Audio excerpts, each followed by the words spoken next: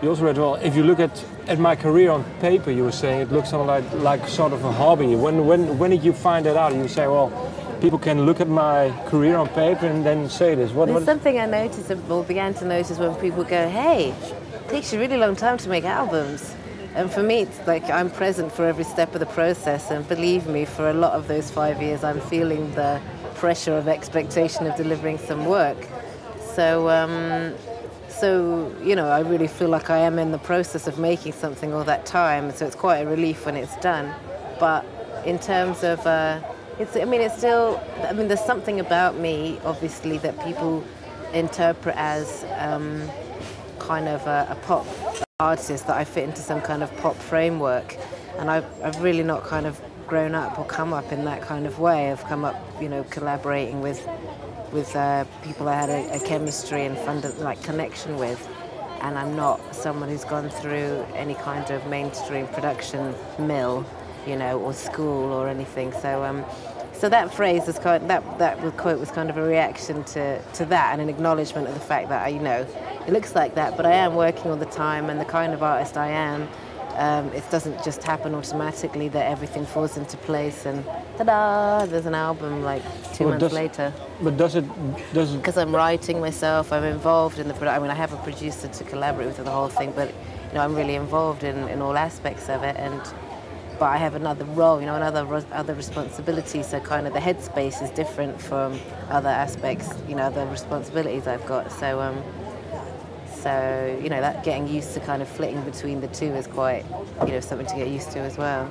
But can you also say that maybe the collaborations you did, that you had to go through them just to become this own artist? Sure, yeah, absolutely. So can you maybe pick a few collaborations and say what you've learned from it, and then what you've One of my favourite ones was the first work I did with David Holmes, because, then subsequent work I did with it, the work I did on his album and the work he did on my album, and because he's just optimistic and got a lot of energy, and doesn't really question the idea that, you know, it's going to be great, of course.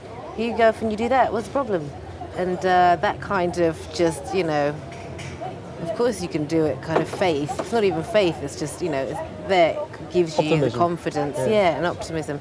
And you know, just the lack of negativity gives you the confidence to kind of do things, huh? Did you need that?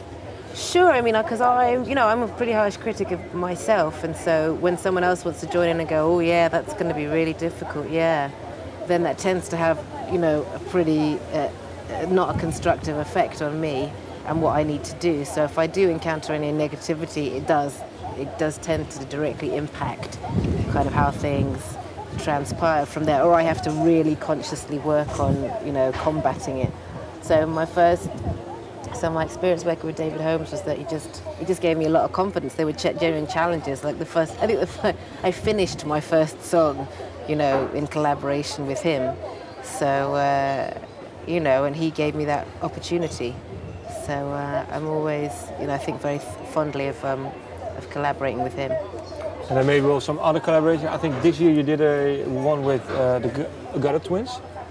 Yeah, I did. I recorded that ages ago. I was in LA around the same time, and you know, he's recording at home and I'm around there, and there you go. It's kind of just. Okay. I end up doing quite a lot of these things that I completely forget about. My record label will call me up and go, Martina, so there's this record coming out next week that apparently you're on. You could tell us about it, perhaps, but I just forget. So. But yeah, that's nice.